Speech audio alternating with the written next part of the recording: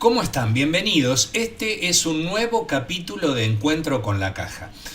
Hoy tendremos para ustedes una entrevista con el doctor Diego Echazarreta, vicepresidente primero de la Federación Argentina de Cardiología, un futbolista exquisito y un eximio flautista. De eso hablaremos con él.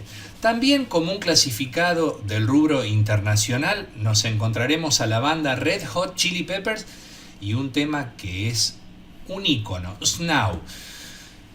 Les contaremos que en Alemania encontraron el campo de batalla más antiguo de Europa y para finalizar recorreremos la Ruta 41 en la provincia de Santa Cruz con nuestra amiga de Perlitas Rurales, Betina Cucaña. Hoy comenzaremos con una frase célebre que pronunció Mary Wollstonecraft. Ella dijo: "Yo no deseo que las mujeres tengan poder sobre los hombres, sino sobre ellas mismas".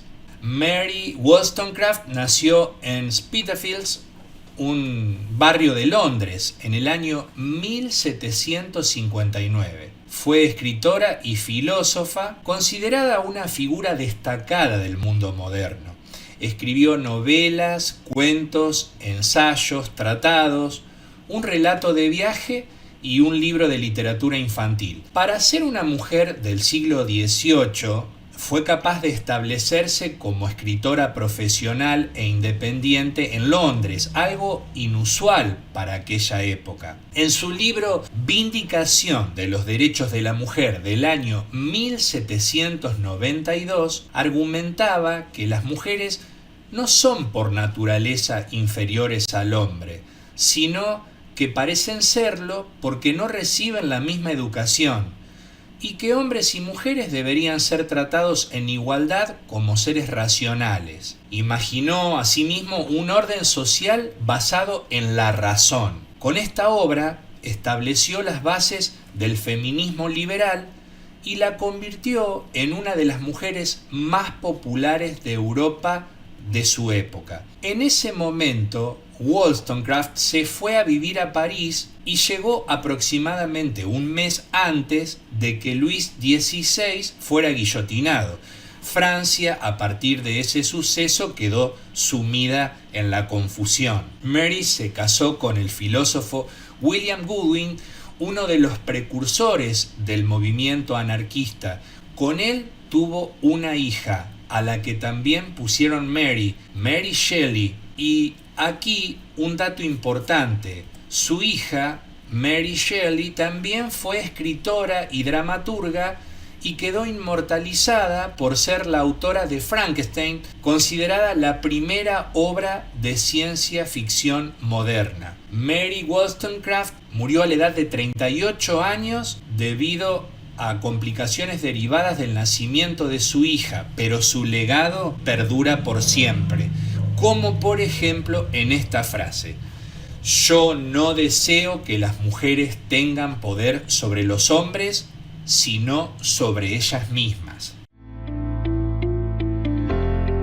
Informamos que el directorio de la Caja, atendiendo al contexto actual que ha permitido una disminución sustancial en las tasas de interés posibilitando el acceso al crédito, considera oportuno ofrecer una nueva línea de préstamos personales en galenos. De esta manera, nuestra institución sigue acompañando a la comunidad médica tal como lo viene haciendo desde su creación. Podrán acceder a esta línea de préstamos afiliados activos, jubilados y pensionados. El monto máximo para activos es de 5 millones de pesos. El monto máximo para jubilados y pensionados, 2.500.000 pesos. El importe expresado en pesos se traducirá en galenos al momento de la solicitud. Devolución hasta en 48 cuotas, con una tasa de financiación anual para activos del 6% y para jubilados y pensionados del 4%. Para presentar la solicitud y acceder a los mismos, afiliados activos y jubilados pueden hacerlo a través de autogestión y los pensionados a través de la delegación. Le damos la bienvenida en nuestro programa al doctor Diego Echazarreta. Hola Diego, ¿cómo estás? ¿Qué tal? ¿Cómo te va, Pablo? Bien, muy contentos de poder encontrarnos. Sé que fue un trabajo poder darnos este espacio, así que te lo agradecemos. No, faltaba más, faltaba más. Lo que pasa que, bueno, son múltiples actividades, así que yo muy contento de poder participar en tu programa.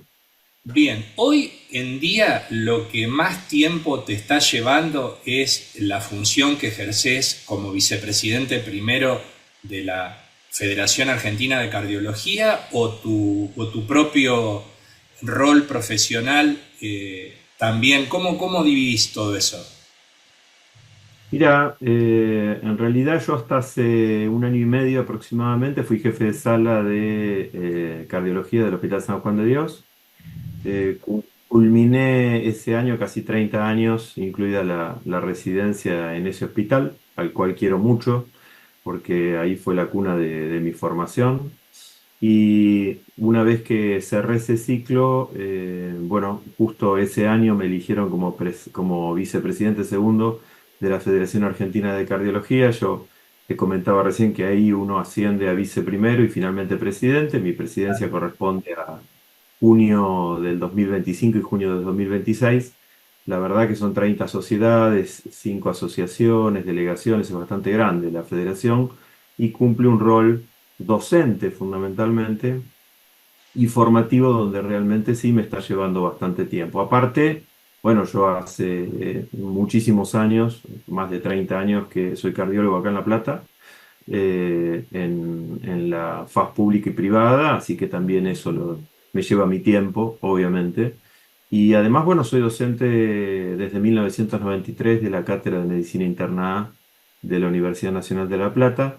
Estuve 27 años ad honorem y hace 3 años que, bueno, finalmente pude ser rentado como ayudante diplomado. Así que sigo dando clases a mis alumnos este año de cuarto año utilizando, bueno, obviamente las instalaciones de la sala, mi antigua sala de cardiología en el San Juan de Dios. Así que bueno, son múltiples actividades, más la familia, ¿no? Pero mira qué hermoso, qué variado y qué intenso. Diego Echazarreta, segundo nombre tenés Federico, Diego Federico Echazarreta. Y sabes, indagaste un poco en el origen de tu apellido. ¿El Vasco Echazarreta te dice alguien? no, en realidad Diego siempre. Sí, es de Bilbao. El apellido viene de allá, era Ed Chazarreta con una T después de la E. Y después fueron limándolo, ¿no? Chazarreta también, creo que hay en Santiago del Estero.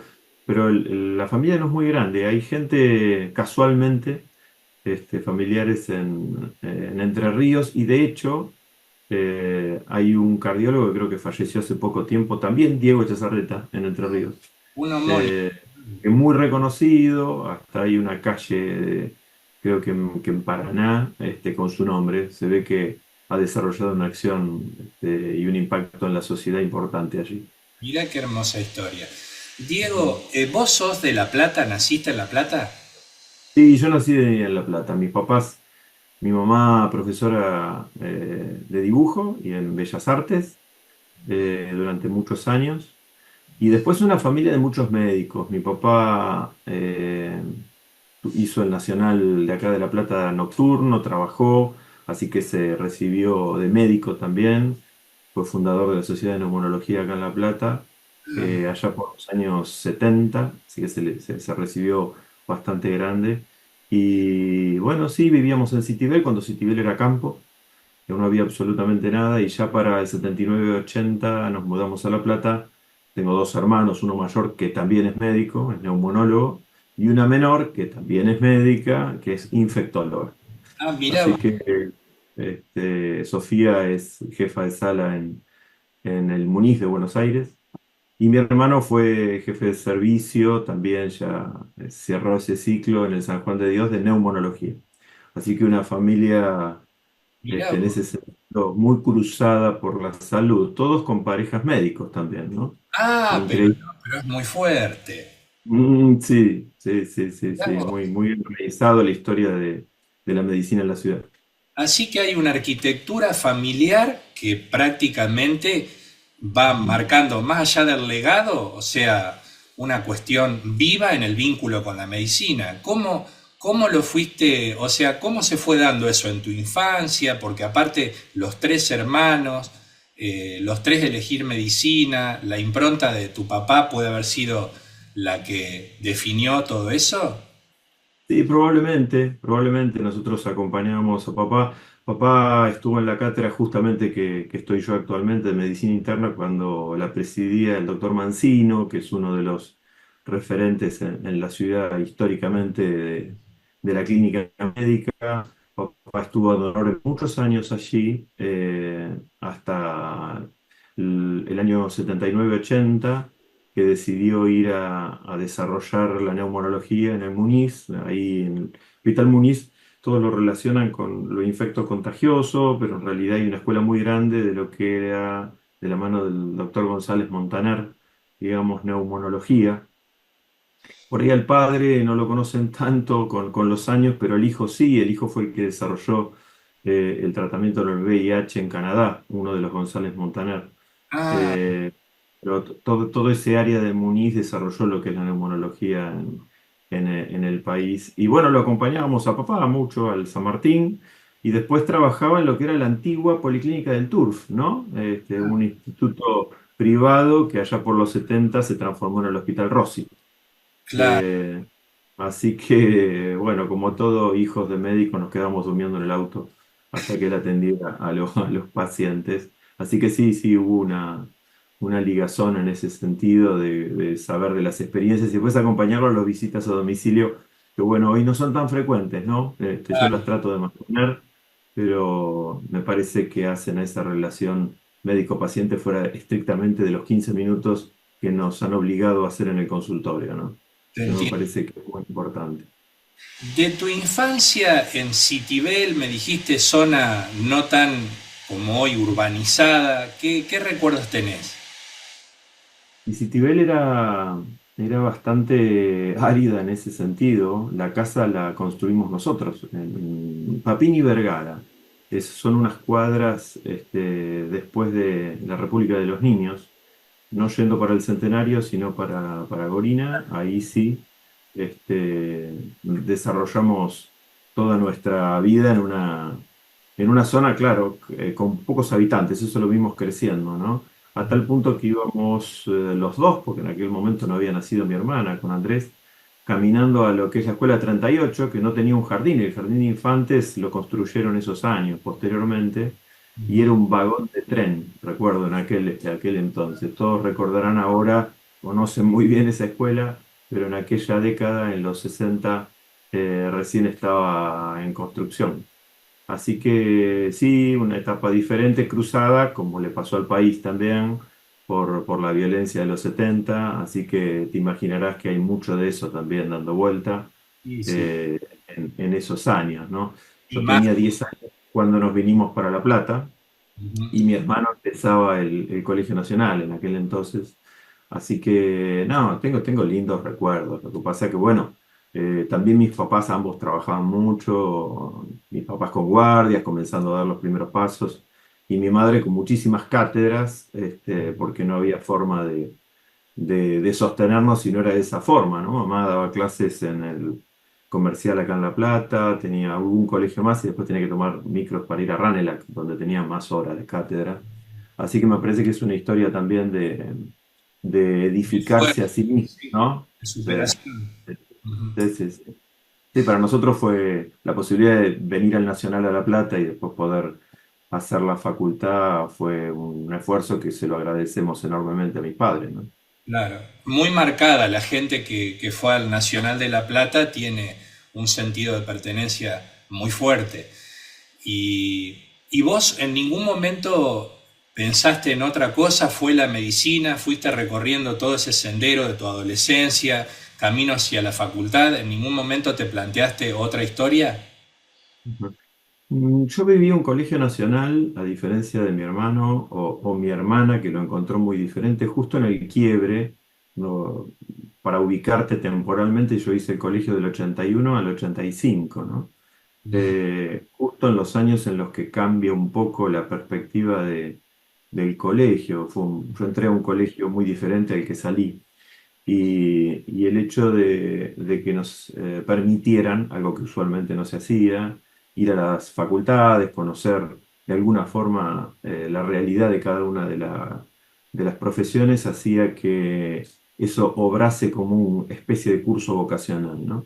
Y obviamente yo creo que estuvo influido también por esto del contacto con las personas más directo que daba la medicina, y también porque en aquel momento ya se empezaba a ver que el campo de la salud habría múltiples posibilidades de desarrollar desde lo que era la investigación básica al ejercicio clínico de la medicina, ya sin hablar de especialidades, ¿no? A la tecnología, a las comunicaciones. O sea, me parece que por ese lado fue que yo me acerqué más, ¿no? Pero indudablemente hay una influencia del entorno familiar, ¿no? Eso no lo dudo.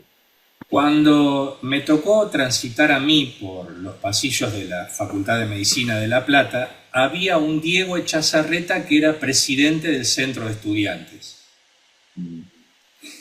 Sí, sí, efectivamente, sí, Era vos. efectivamente. Sí, claro, el mismo. ¿Y cómo Lo que fue? pasa que, Lo vot- no, lo que pasa es que mi inclinación a la participación se dio ya en el Nacional. Vos pensás, por eso creo que ese quiebre que nos tomó en el año 83, estando yo en tercer año, con muchos de los amigos de la facultad. El otro día me comentaban que algunas de las revistas que habíamos escrito nosotros estaban en un pequeño museo. Dije, pucha, ¿cuántos años han pasado? Pero nos reuníamos para fundarlo. Yo recuerdo todavía ir a contactarme con un amigo que era presidente de la Federación Universitaria de La Plata, recién naciente, porque se volvió a reconstituir en aquel momento para tener un estatuto y volver a armar el centro de estudiantes, y empezar a escuchar esas palabras de reforma universitaria, cátedra paralela, concursos, cosas que desconocíamos totalmente, que eso pudiera existir.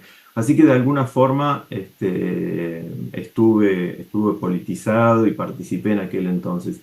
De hecho, terminando el quinto año de la facultad, recuerdo que coincidieron con lo que fue la normalización de la universidad. Ese año mismo se hacen las elecciones de profesores, graduados y estudiantes en las diferentes facultades para finalmente elegir democráticamente a los decanos y al presidente de la universidad. En aquel momento fue Ángel Plastino, alguien que venía desde las exactas. Y me acuerdo que estando en el último año, mi hermano que ya estaba en medicina, me pidió a ver si no podíamos los secundarios ir a ayudar con las elecciones que se realizaban en la facultad, porque el mismo día que se hacían las elecciones, en aquel momento el gremio no docente había decidido hacer un paro.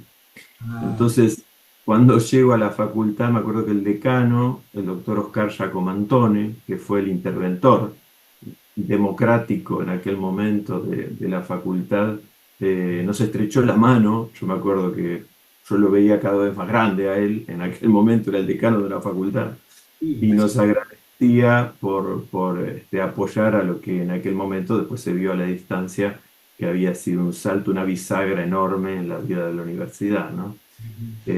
Así que bueno, cuando entré a la facultad, no, el primer año y el segundo no participé casi, y después sí, bueno, obviamente tuve las ganas de hacer esa representación, siempre con mis padres me insistían con esto de que si yo quería participar de alguna forma, tenía que necesariamente tener muy buenas notas en las materias, así que traté de transitar los 6 años de facultad en el tiempo estipulado, y para poder decir lo que yo creía, así respaldarlo con los estudios, ¿no? Como corresponde.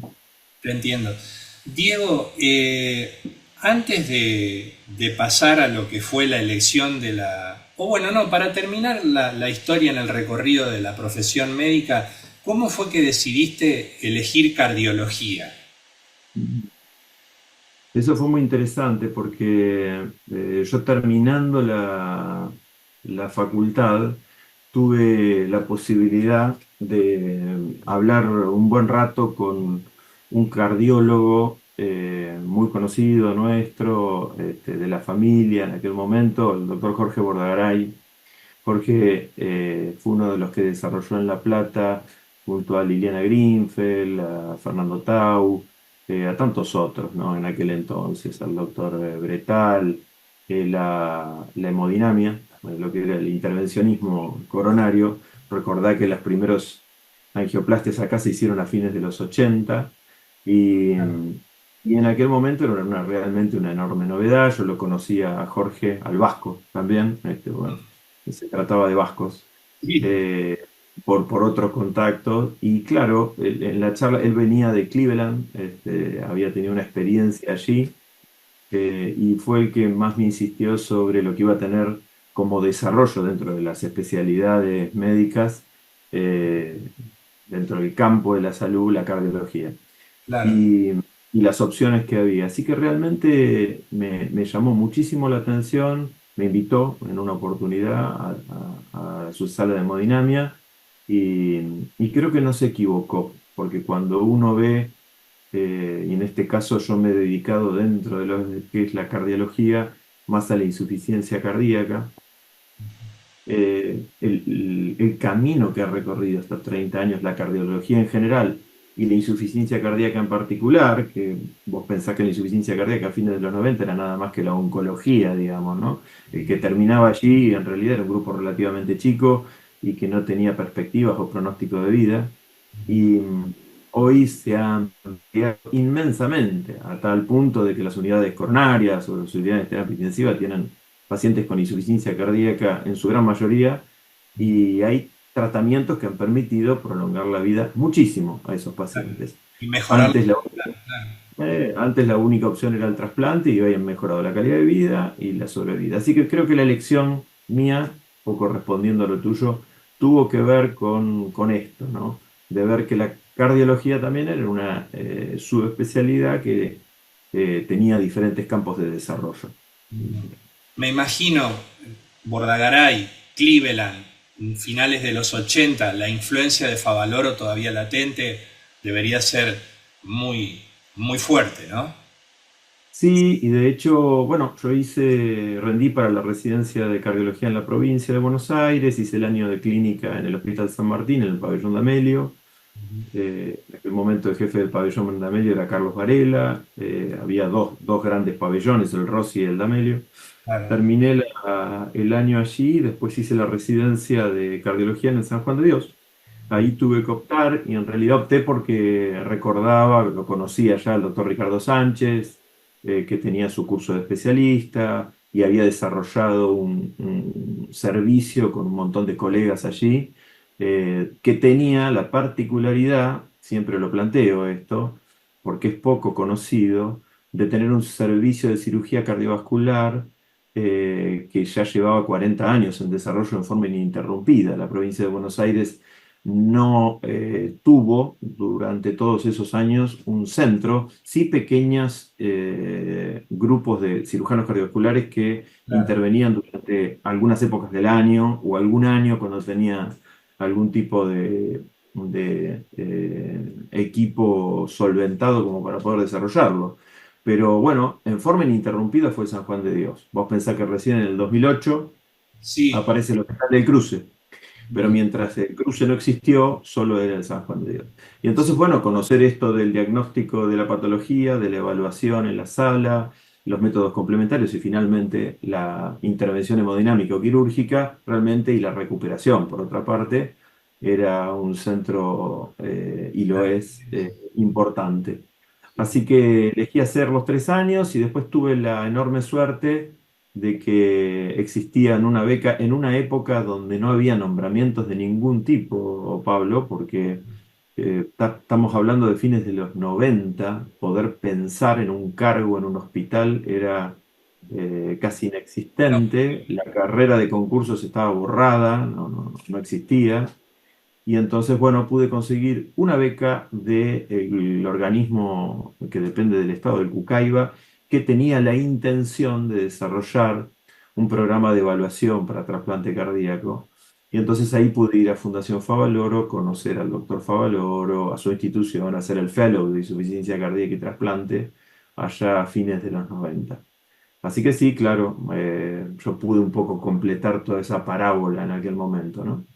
Ahora, en nuestro programa muchas veces hablamos de otras pasiones que tienen los colegas y en este caso creo yo ahora, conociendo más a fondo la estructura familiar, tu mamá profesora de Bellas Artes y esta cuestión de la música para vos, ¿qué significa? Sí, primero en genérico. No, bueno, en casa naturalmente de la mano de mamá y papá también, digamos, la música nos atravesó a todos y siempre ellos insistieron en que era otro lenguaje. Y por lo tanto, además del inglés en el Instituto Cultural Argentino Británico, y bueno, debíamos hacerlo, estuvimos con un grupo, Susana Gorostig y Mario Arrezaigor, que eran de avanzada en aquel momento, habían creado un instituto, el Taller de los Sonidos, donde nos daban la posibilidad de hacer música en conjunto y después elegir un instrumento. Mis hermanos optaron por la guitarra y yo por la flauta inicialmente, después la flauta traversa, así que traté de mantenerlo en el tiempo con las dificultades del caso, ¿no? Porque obviamente fue cada vez quedando más reducido al ámbito familiar y bueno, y ahora tratando de trasladarlo a mis tres hijos también, ¿no? Pero no cabe duda de que el hecho de ejecutar un instrumento hace que esa sensibilidad también uno pueda transmitirla a otros aspectos de la vida y la forma en la que uno escucha música, ¿no? También. Sí, claro, que ocupó y ocupa un espacio, ¿no? Y la docencia, así, la vida de Diego fuera de lo que es el campo de la medicina. Digo, Ujú, digo la música, la docencia, el deporte. ujú. En el caso de la docencia, yo te contaba, en realidad tengo una ligación afectiva, creo que muy afectiva con la cátedra de medicina interna.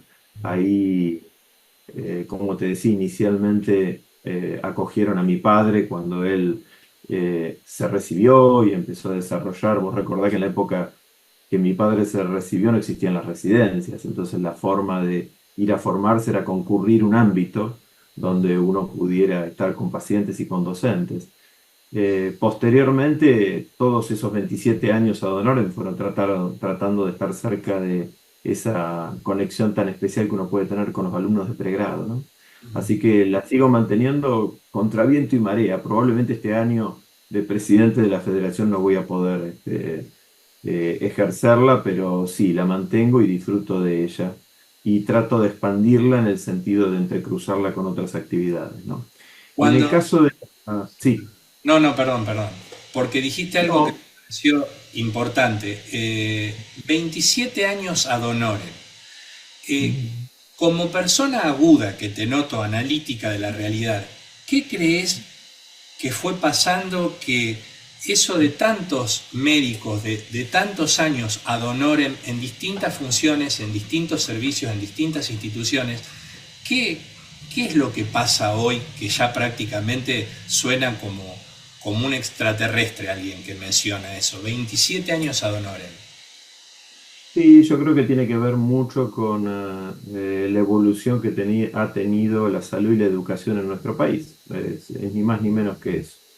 Yo creo que hemos ido de un extremo al otro. Han pasado, claro, 40 años desde la normalización, por decirlo de alguna forma, de las universidades argentinas, pero vistos en la historia, esos 40 años no es tanto, porque el problema es que el daño que se hizo a la universidad años anteriores, interviniéndola de un lado y del otro, acá no politizo la cuestión, también gobiernos militares que hicieron que muchos profesionales, muchos científicos emigraran del país y uno por otra parte se los encuentre. Esto lo cuento simplemente como anécdota. Organizamos hace poco en el Congreso de Londres Europeo un grupo de WhatsApp de médicos argentinos, cardiólogos argentinos en Europa, para tener una subsede de la Federación Argentina de Cardiología y lo mismo con esta posibilidad que nos dan las redes hoy en Estados Unidos y vos no te podés dar una idea de la cantidad de historias diferentes que uno encuentra y oleadas, ¿no? Esta es la última oleada, hubo una en el 2001, pero la previa, fines de los 70 muy importante, con profesionales que están en lugares preponderantes y jerarquizados en el extranjero, ¿no? Entonces yo creo que lo que le ha pasado a la universidad y también a la educación ha sido mucho de eso, y también de no premiar, y esto hablo también de la carrera médico hospitalaria, creo que tiene que ver en general con todas las esferas relacionadas con el Estado, de concursar los cargos, de mantenerlo en el tiempo, de que sean transparentes, de que tengan el mérito de quien ha hecho el esfuerzo pueda llegar a concursar un cargo, y eso no necesariamente, mira lo que te voy a decir, no necesariamente tenga que ser retribuido en una forma tan importante, a veces simbólica, pero que jerarquice ese lugar. Yo creo que ha sucedido eso y bueno, lógico, las generaciones van cambiando, probablemente no están tan dispuestas, y esté bien esto, a pasar tanto tiempo de una forma tan irregular en un cargo de estas características. Entiendo. Pero lo que sí estoy seguro es que eso impacta en la educación de quienes estamos formando. Nos estamos perdiendo de gente muy valiosa en todo aspecto. Diego, en lo que significa tu derrotero, ya nos hablabas en el comienzo de esta charla de lo que significa el desempeño en la Federación Argentina, lo que va a ser el ejercicio de la presidencia 2025-2026. Ahora, en lo personal, Diego, médico, cardiólogo, ¿cuáles son los objetivos que te planteas ahora, en lo inmediato, en el mediano plazo? No, a mí me parece que es muy importante que, habida cuenta de que pude aquilatar años de experiencia a nivel de lo que es la asistencia, ¿no? Tanto en el hospital y conocer bien cómo son los hospitales públicos y esa realidad, también en lo que es el sector privado, la seguridad social. En realidad es más o menos lo mismo, porque vos sabés que en la provincia de Buenos Aires, quienes atendemos en privado, atendemos también por IOMA, hemos atendido por PAMI, el sistema es más o menos el mismo, mixto. Teniendo esa experiencia, habiendo podido investigar de forma original, no relacionado indirectamente con la industria, sino intentando hacer investigación original y conociendo la universidad y la docencia, uno por ahí en una institución científica puede empezar a pensar en brindar algunas herramientas para que quienes vienen detrás puedan recibir la mejor educación.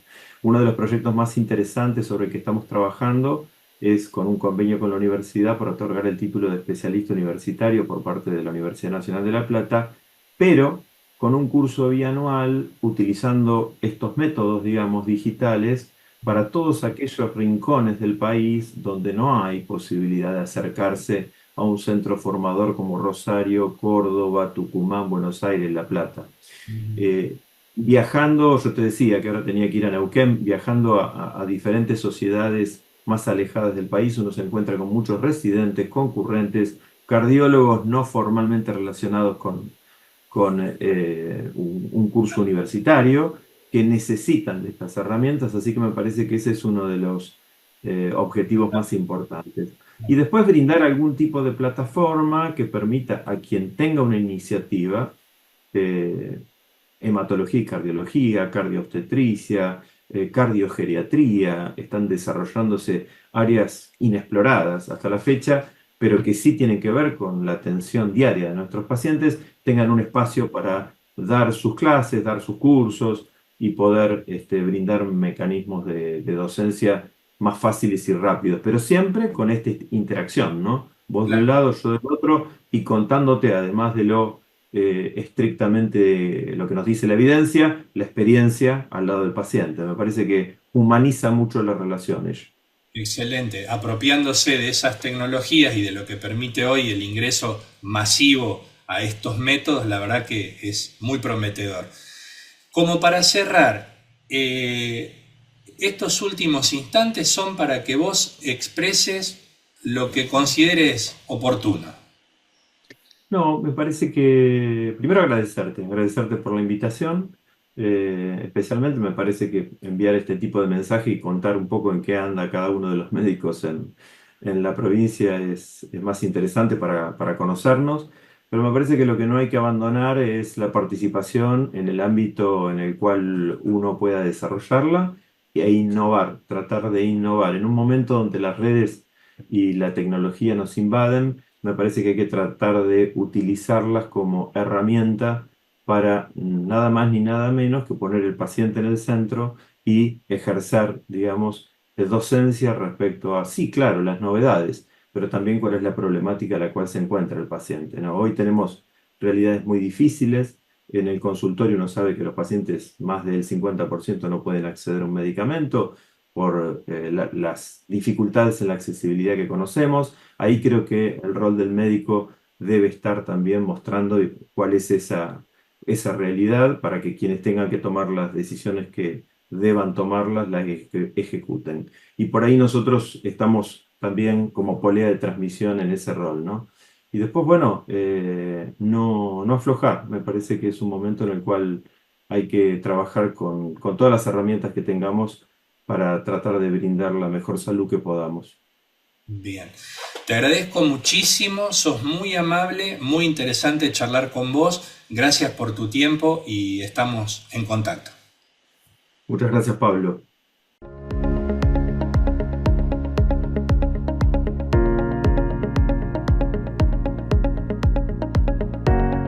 Me había olvidado de recomendarles la nueva aplicación de la Caja de Previsión y Seguro Médico de la provincia de Buenos Aires. Entrando al Play Store en su celular pueden descargarla y tener información actualizada, detalles de boletas, aportes. Ustedes investiguen, pero desde aquí lo podemos recomendar. La nueva aplicación de la Caja de Previsión y Seguro Médico, muy sencilla de instalar y puede ser útil no solamente para los afiliados activos, sino también para los beneficiarios, para nuestros amigos jubilados. Ténganlo en cuenta. Estos son los clasificados de Encuentro con la Caja, rubro internacional. Hoy presentamos un clasificado del rubro internacional de la mano del grupo Red Hot Chili Peppers, Snow.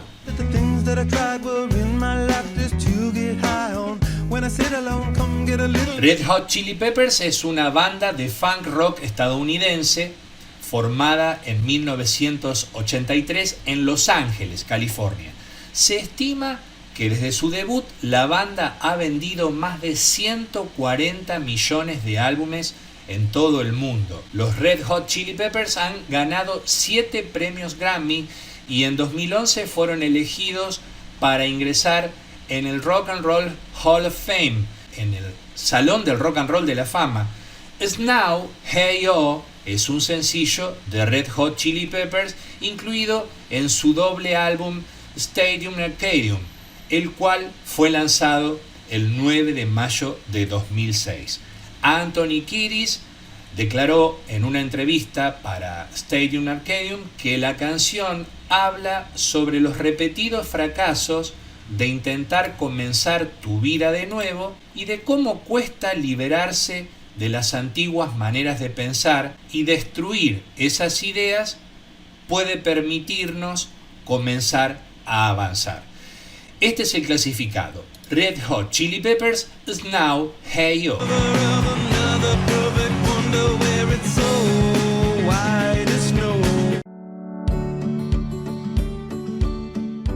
Tenemos muchas alternativas para que puedas abonar las boletas de aportes fijos, préstamos o planes, sin moverte de tu casa ingresando a las siguientes plataformas.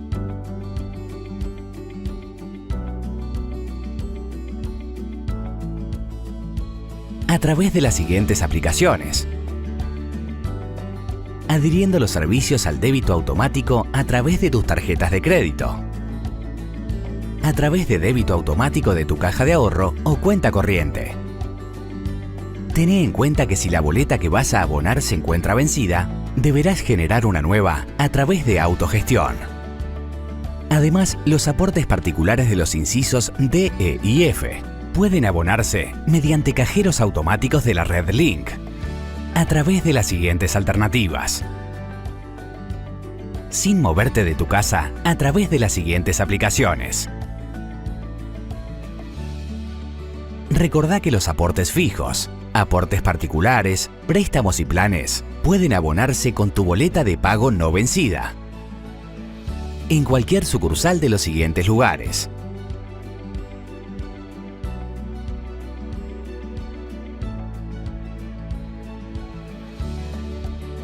o en nuestras delegaciones de la siguiente manera. Ante cualquier duda, comunícate con nosotros. Somos la Caja de Médicos. Estamos junto a vos en cada etapa. En Alemania han encontrado el campo de batalla más antiguo del que se tenga conocimiento en toda Europa. Un nuevo análisis de decenas de puntas de flechas ayudó a los investigadores a reconstruir un retrato más claro de los guerreros que se enfrentaron en el campo de batalla más antiguo conocido de Europa hace 3250 años. Las puntas de flecha de bronce y piedra fueron recuperadas en el valle de Tollens, en el noreste de Alemania. Los investigadores descubrieron el lugar por primera vez en 1996, cuando un arqueólogo aficionado descubrió un hueso que sobresalía de una orilla del río Tollens. Desde entonces, las excavaciones desenterraron 300 hallazgos de metal y 12.500 huesos pertenecientes a unos 150 individuos que cayeron en batalla en el lugar en el año 1250 a.C. Entre las armas recuperadas se encuentran espadas, palos de madera y una serie de puntas de flecha, incluidas algunas que todavía se encuentran incrustadas en los huesos de los caídos. Nunca se descubrió evidencia directa de una batalla anterior de esta escala, por lo que el Valle de Tollens se considera el lugar de la batalla más antigua de Europa, según los investigadores que estudian el área desde el año 2007. Los estudios de los huesos proporcionaron algunos datos sobre los hombres. Todos ellos eran guerreros jóvenes, fuertes y físicamente aptos, algunos con heridas curadas de escaramuzas anteriores, pero los detalles sobre quiénes estuvieron involucrados en ese conflicto violento y por qué lucharon en una batalla tan sangrienta fueron una incógnita durante mucho tiempo para los investigadores. No existen relatos escritos que describan la batalla, por lo que a medida que los equipos de arqueólogos siguen desenterrando más hallazgos en el valle, utilizan los restos y las armas bien conservadas para tratar de reconstruir la historia detrás de aquella antigua escena de batalla. Desde la Caja de Médicos y Encuentro con la Caja, agradecemos a todos nuestros entrevistados por compartir con nosotros sus historias, porque la mayoría de ellos encuentra en esta propuesta un cálido canal de comunicación. A su vez, ellos nos hacen llegar sus comentarios, refuerzan este nuevo vínculo y fortalecen este espacio de reconocimiento y difusión cultural. Este ida y vuelta nos llena de energía y nos compromete a generar nuevas ideas para cada encuentro.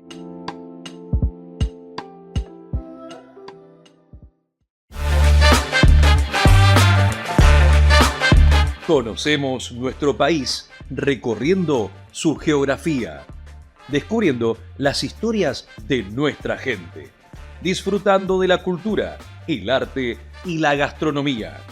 Viajar es el mejor plan.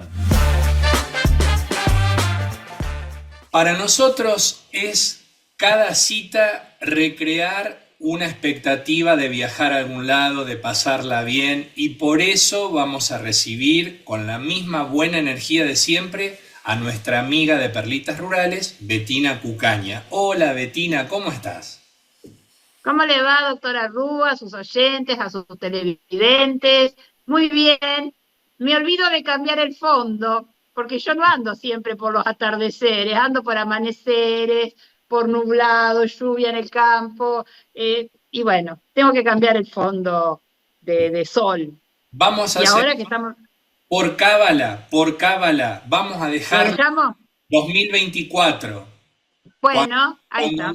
Lancemos la tercera temporada, si tenemos la suerte de que la gente nos acompañe, ponemos otro fondo, ¿te parece?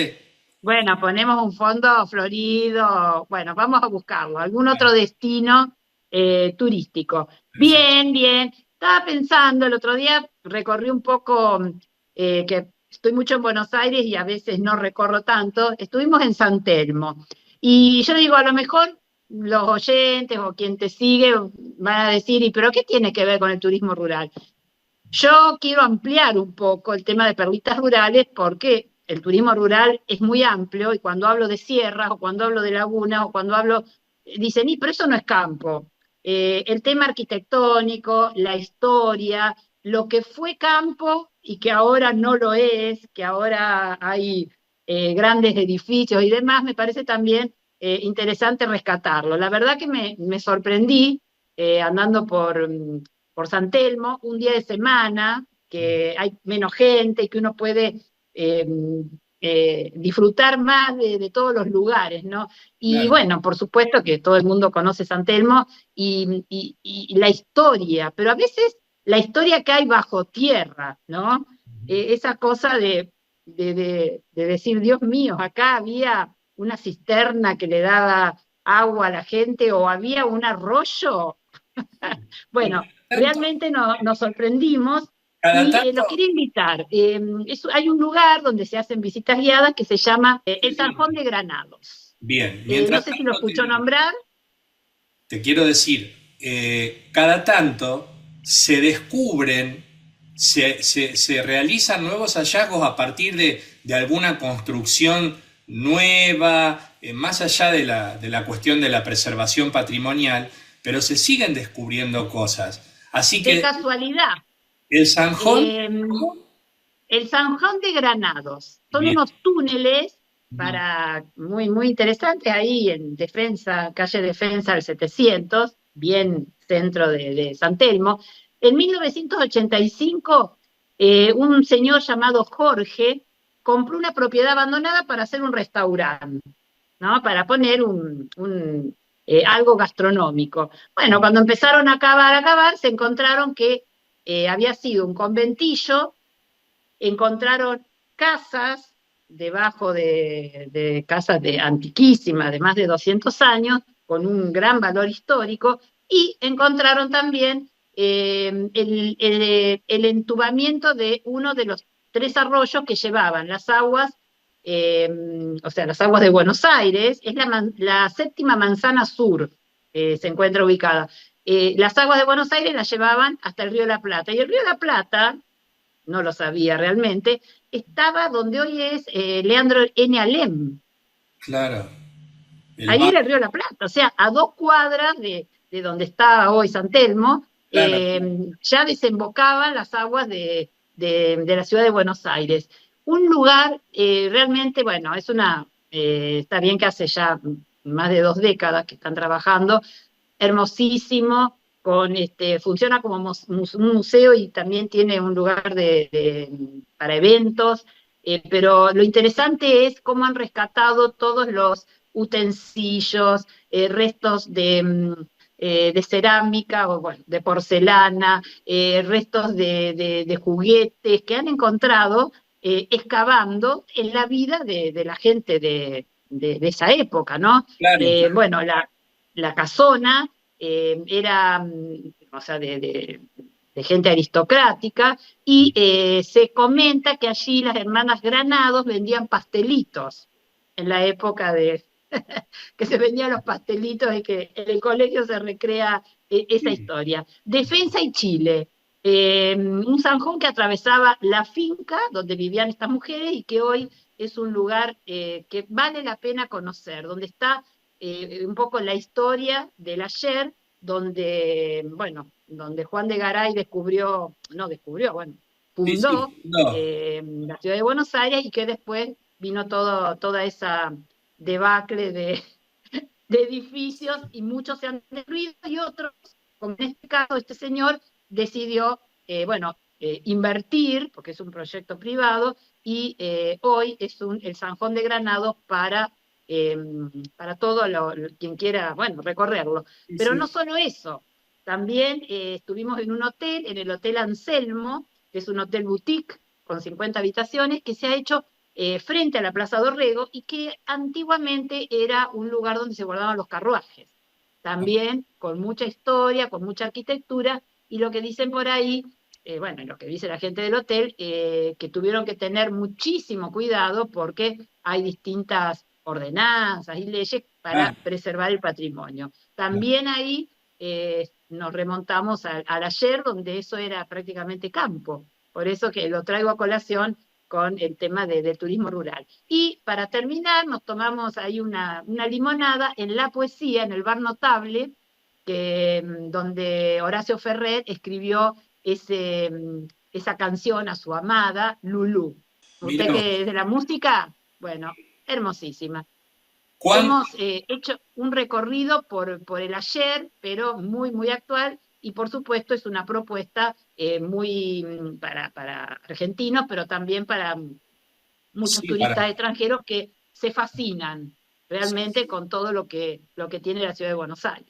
Bien, le pusiste una impronta diferente, cultura, sociedad, arqueología, pero como siempre con el típico toque que le da Bettina Cucaña. De perlitas rurales. Exacto. Nos vemos el próximo jueves. Nos encontramos. Chau, chau.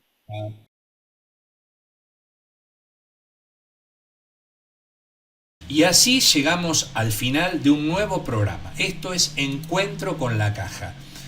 Suscríbanse y compartan este programa con amigos, con colegas, con familiares.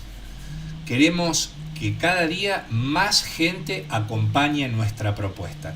Nos pueden encontrar como cada jueves a las 20 o después en el canal de YouTube de La Caja de Médicos. Encontrarán capítulos anteriores y pueden mirar el programa cuando ustedes tengan tiempo, cuando ustedes así lo prefieran. Hasta el próximo programa, que estén muy pero muy bien. Gracias por elegirnos. Suscríbete a nuestro canal de YouTube. Déjanos tus comentarios. Encuentro con la Caja, el programa de la Caja de Previsión y Seguro Médico de la provincia de Buenos Aires.